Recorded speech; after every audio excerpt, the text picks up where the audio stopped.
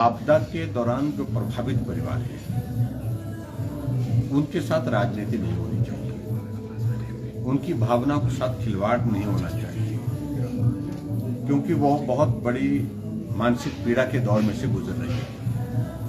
किसी का परिवार का सदस्य चला गया, किसी का घर चला गया, किसी की जमीन चले गई, किसी की पशुशाला चले गई, पशु चले गए।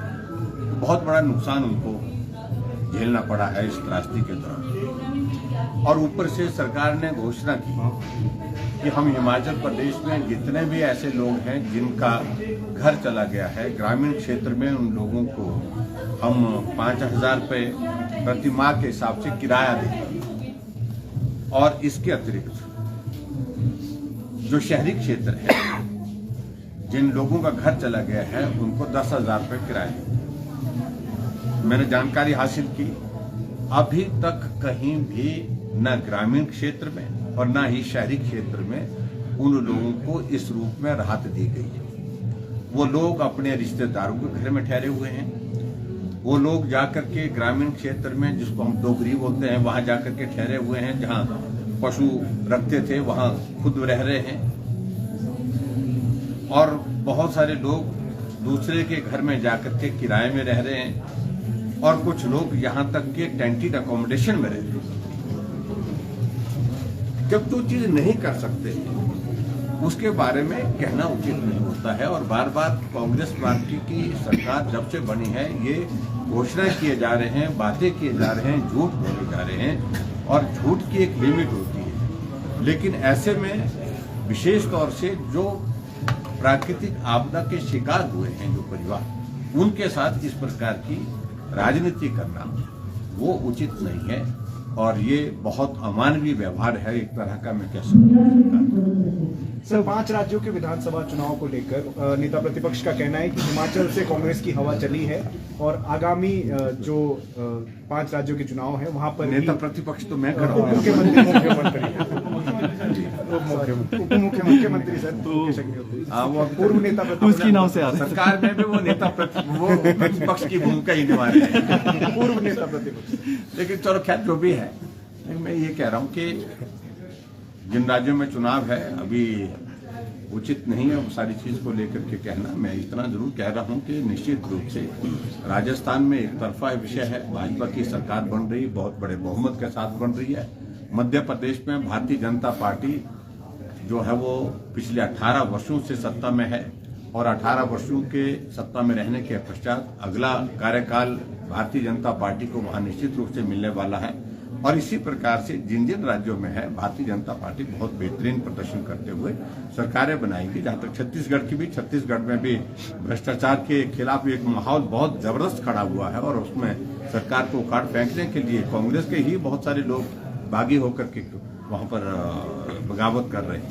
ऐसे में मेरा ये कहना है कि निश्चित रूप से भारतीय जनता पार्टी बहुत जोरदार ढंग से सारी कैंपेन को चला रही है। केंद्रीय नेतृत्व तो सारी चीज को लेकर के बहुत गंभीरता से ले रहा है। वैसे भी चुनाव को पार्टी गंभीरता से लेती है, और जीत होगी निश्चित रूप से। सर जो वाटर सेस है सर, उस पर भी जो है उन्होंने बयान दिया है कि जो केंद्र से जो पत्र लिखा है वो राजनीतिक प्रेरित है, उसमें राजनीतिक है, उसमें जो सुझाव पत्र लिखा है, और हिमाचल उसको नहीं। वो पत्र जो है वो हिमाचल के लिए ही नहीं, वो उत्तराखंड के लिए भी पत्र आया है, और जम्मू कश्मीर के लिए। और इस बात को उनको समझना चाहिए कि केंद्र सरकार हिमाचल प्रदेश के नेताओं, कांग्रेस के नेताओं के कहने के ऊपर, उनकी डिक्टेशन पर काम करेगी, ऐसा नहीं है। केंद्र ने जो नियम है, जो प्रावधान है मिनरल एंड माइंस के, उसके अनुरूप जो है वो अपना पत्र लिखा है, और उनको कहा है वो अगर उनको कुछ कहना है तो लिख करके भेजें।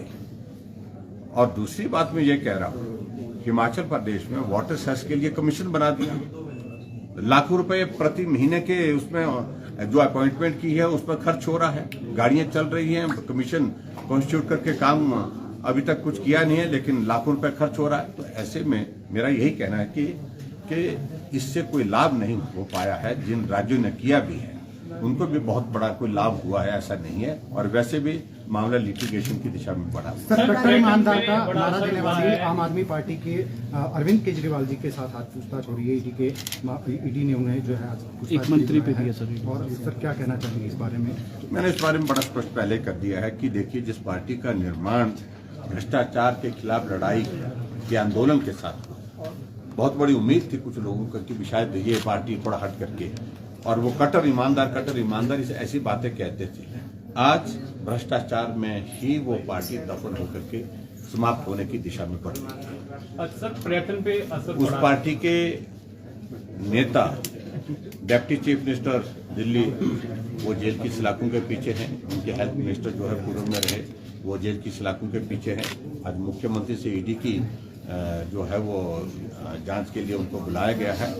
और स्वाभाविक रूप से ईडी तभी बुलाती है जब कोई साक्ष्य उनके पास होते हैं। सब जब कुछ बातें ऐसी होती है, वो गंभीर प्रकृति की होती है, गंभीर नेचर की होती है, तो निश्चित रूप से ये बहुत दुर्भाग्यपूर्ण परिस्थिति है कि एक पार्टी का निर्माण भ्रष्टाचार के खिलाफ लड़ाई के लिए साथ होता है, और भ्रष्टाचार के इसमें दलदल में इस तरह से वो संलिप्त हो गई कि एक छोटे से कार्यकाल में ही वो भ्रष्टाचार की सारी सीमाएं तोड़ करके रह गई। सर, पर्यटन पे असर पड़ा है हिमाचल प्रदेश में, जिस तरह से प्राकृतिक आपदा आई है, और सरकार ने जो बाहरी राज्यों से टेम्पो ट्रैवलर या बसेज आती थी उन पर टैक्स बढ़ाया है।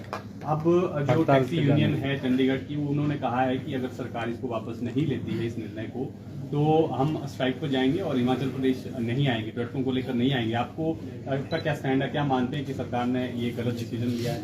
नुकसान हमारे हिमाचल प्रदेश को होगा पर्यटन के लिए? एक बात आपको मान के चलना पड़ेगा, हिमाचल प्रदेश एक बहुत बड़ी टूरिज्म डेस्टिनेशन है, इंटरनेशनल स्तर के इसमें। और जहां हिमाचल प्रदेश में हमको रोजगार के लिए अगर कोई जरिया अगर मिलता है नौजवानों के लिए, वो टूरिज्म सेक्टर एक है जो बहुत बड़ा उसमें कंट्रीब्यूट करता है। और आय का जरिया भी टूरिज्म बहुत बड़ा एक जरिया है हिमाचल प्रदेश में।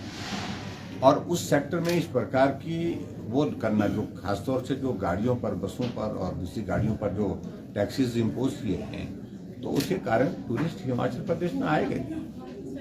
मैं कह रहा हूं कि मैं 3 दिन पहले जम्मू था, और जम्मू कश्मीर में हालात इस कदर के हैं कि पूरा भरा हुआ टूरिस्ट से। वो कारण है कि भाई ऐसी चीजें जब करेंगे आप, तो हिमाचल प्रदेश टूरिस्ट क्यों आएगा? और इससे टूरिज्म इंडस्ट्री जो है तबाह होगी। आप करिए, ऐसे सेक्टर को पकड़िए जहां आपको टैक्सेस लगाने हैं, जहां जिससे हिमाचल प्रदेश के भविष्य पर जो है वो नुकसान ना हो, इस बात को सोचना चाहिए।